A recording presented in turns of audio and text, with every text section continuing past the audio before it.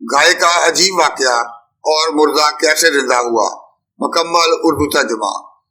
شروع کرتا ہوں اللہ کے نام سے جو بڑا مہربان نہایت رحم کرنے والا ہے۔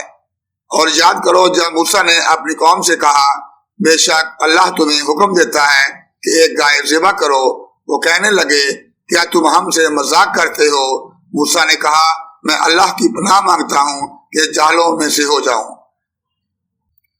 انہوں نے کہا اپنے رب سے دعا کرو کہ وہ ہمیں بتا دے کہ وہ گائے کیسی ہو۔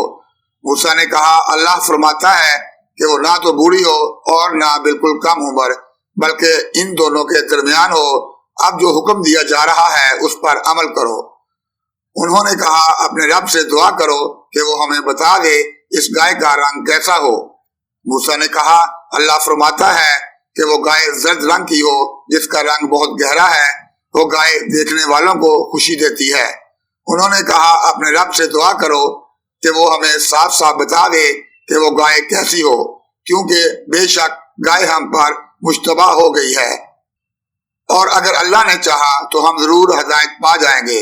موسیٰ نے کہا اللہ فرماتا ہے کہ وہ ایک ایسی گائے ہے جس سے یہ خدمت نہیں لی جاتی کہ وہ زمین میں ہل چلائے اور نہ وہ کھیتی کو پانی دیتی ہے، بلکہ بے عیب ہے، اس میں کوئی داغ نہیں۔ یہ سن کر انہوں نے کہا اب آپ بالکل صحیح بات لائے ہیں۔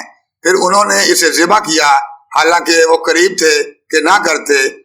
اور یاد کرو جب تم نے ایک شخص کو قتل کر دیا تھا، پھر اس کے بارے میں ایک دوسرے پر الزام ڈالنے لگے، حالانکہ اللہ اس بات کو ظاہر کرنے والا تھا جسے تم چھپا رہے تھے۔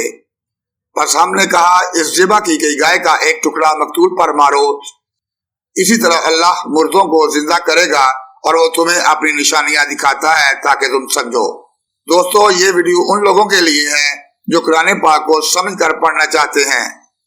اللہ ہم سب کو قرآن پاک کو سمجھ کر پڑھنے کی توفیق عطا فرمائے۔ دوستو اگر یہ ویڈیو آپ کو اچھی لگی ہو تو اس ویڈیو کو لائک کرو، چینل کو سبسکرائب کرو اور ویڈیو کو دوسرے دوستوں کو شیئر کرو تاکہ ہر کوئی قرآن پاک کو سمجھ کر پڑھنے کی توفیق حاصل کر سکے۔ سورۃ البقرہ کی اگلی آیات کا ترجمہ اگلی آنے والی ویڈیو میں پیش کیا جائے گا۔ تب تک کے لیے اللہ حافظ۔